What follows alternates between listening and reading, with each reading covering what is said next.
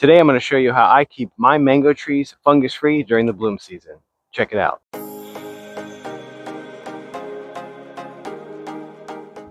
If you've grown mangoes in Florida, you know the two big culprits that's keeping you from a bountiful harvest is powdery mildew and anthracnose.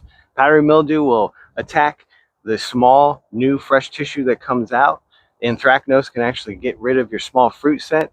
So getting rid of those two fungal pressures is going to guarantee you a bountiful harvest. Mango bloom happens at the perfect time for fungus. Cooler nights, longer dew, and plenty of fresh new tissues to infect. So when you see your panicles first emerging, that's when you want to begin your spraying.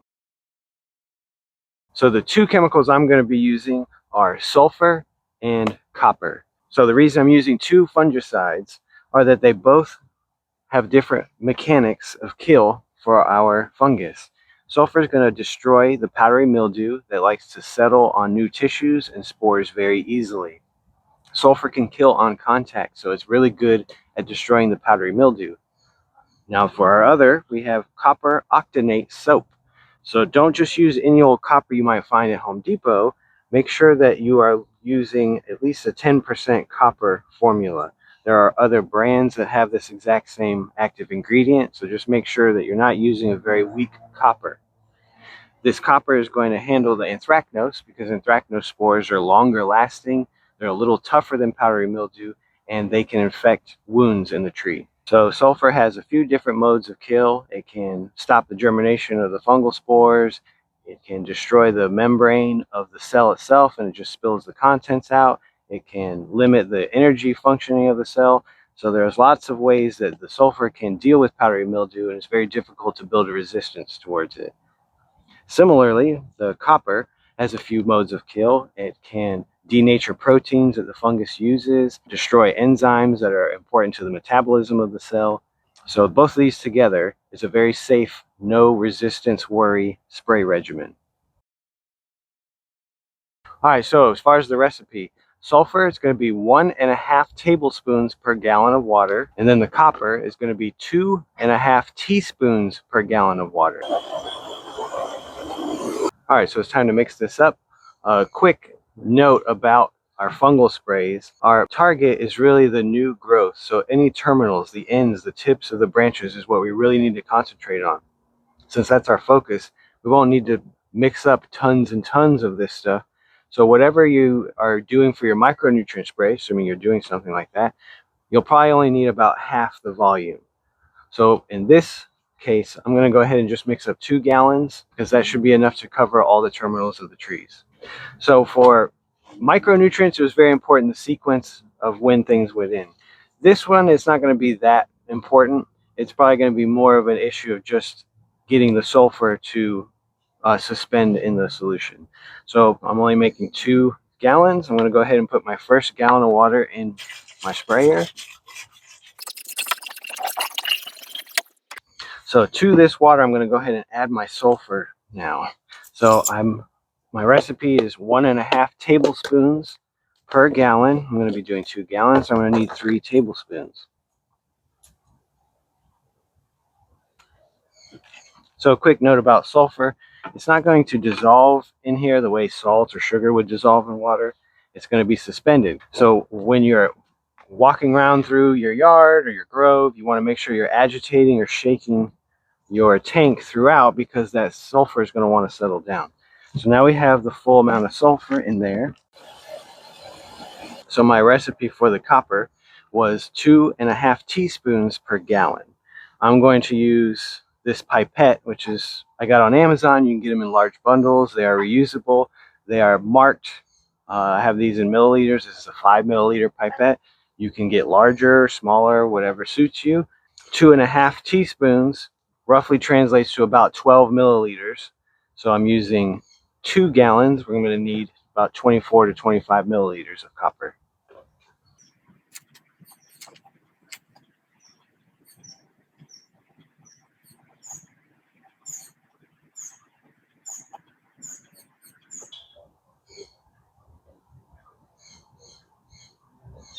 So something to keep in mind about both of these products, they're both considered organic.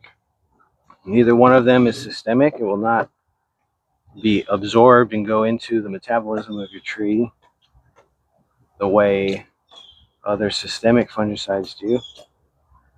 All right, got my full dosage of copper. Top this off. I'll just add it straight to our tank.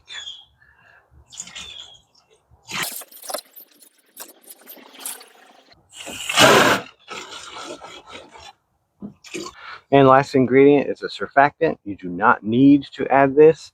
The surfactant I'm choosing to use is polysorbate 80. In a previous video, the micronutrients video, I went a little more detail of why I chose this specific surfactant. And I usually just go 1 ml per gallon.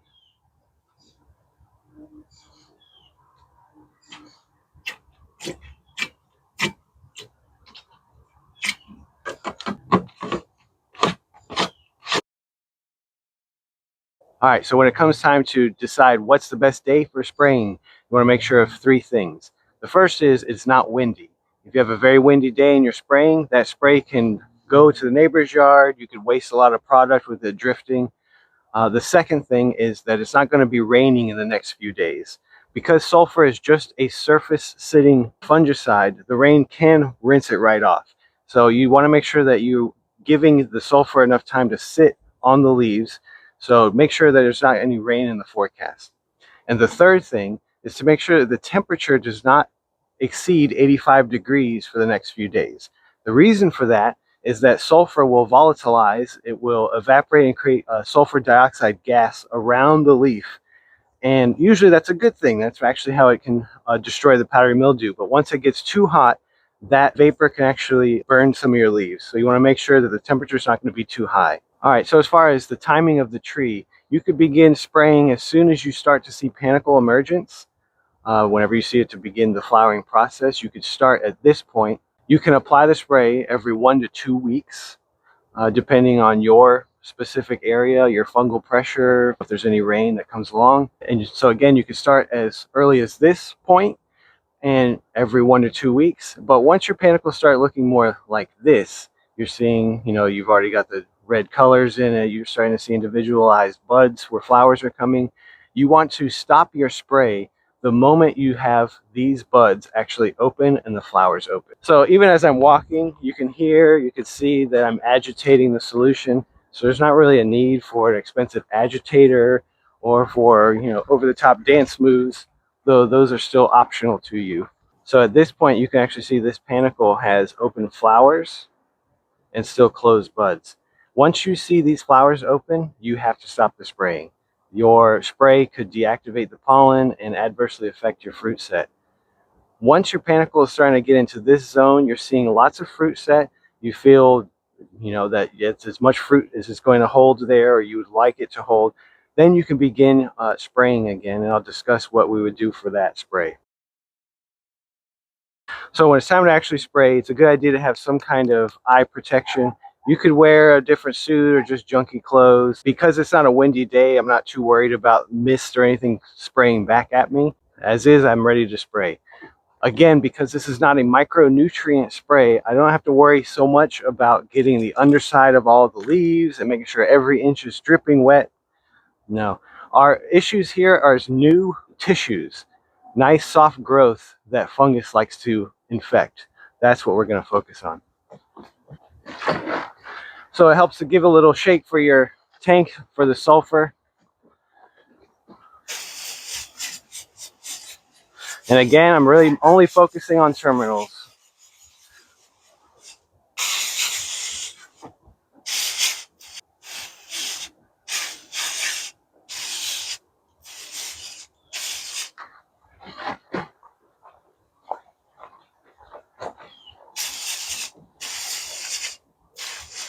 Now, something to keep in mind, let's say you looked at the forecast and there's not going to be rain for the next week. You feel real confident, you make up your spray, you come out, you spray, and what do you know? The next day you got a big downpour. You go out, you see a lot of your sulfurs washed off. In that case, don't feel like you have to do the full mix again. Just redo the spray minus the copper. So it's just the sulfur. You can reapply your sulfur. The copper tends to stick more to the leaves. It's a little more of an adhesive kind of action. So you don't have to worry too much about copper washing off in the way that sulfur does. But if you get a rain, you could easily reapply the sulfur. You don't need to redo the copper. And we're done with this tree. Again, focusing only on the terminals, I feel confident that this is protected against fungus. All right, so here's an example. This is a rosy gold. We have panicles emerge, but the buds haven't opened. We also have a panicle with full fruit set. We have a panicle with partial bloom. Now in this instance, you can still spray your sulfur and copper, but make sure you're only hitting those terminals that haven't opened yet. You want to avoid these terminals with open flowers.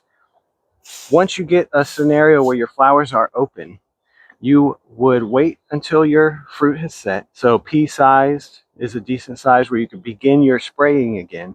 But in that case, you can go ahead and drop the sulfur. If you remember, the sulfur is more targeted for the powdery mildew. Powdery mildew's biggest threat is before the flowers open. It likes to infect the buds and the panicles themselves. Once you're at the point of a large pea-sized fruit set, it's more of an anthracnose game. So copper will help you out there. I've heard a lot of people worry about the copper runoff getting into the soil and causing problems. But if you think about it, we only put 5 teaspoons of copper total in this solution, of which only 10% is actually copper. A lot of those worries come from old wine Bordeaux recipes that are super concentrated, sprayed weekly all year long. We're only spraying, a handful of times one part of the year. So it's really not something you need to worry too much about. So if you saw the last video about micronutrient sprays and you're watching this one, you might be wondering, well, how do I time these sprays together if I want to spray them in the same season? Do your micronutrient spray in the morning, and then later in the evening you could come out and do your fungal spray with sulfur and copper. Because it's a fungicide, you don't have to worry about applying it in the evening and then leaving it through the morning dew, because it's pretty much a barrier against anything that would get in. So that's how I take care of the fungus on my mangoes. How do you do it? Let me know in the comments below. I'm going to go ahead and get back to these trees. Have a good day.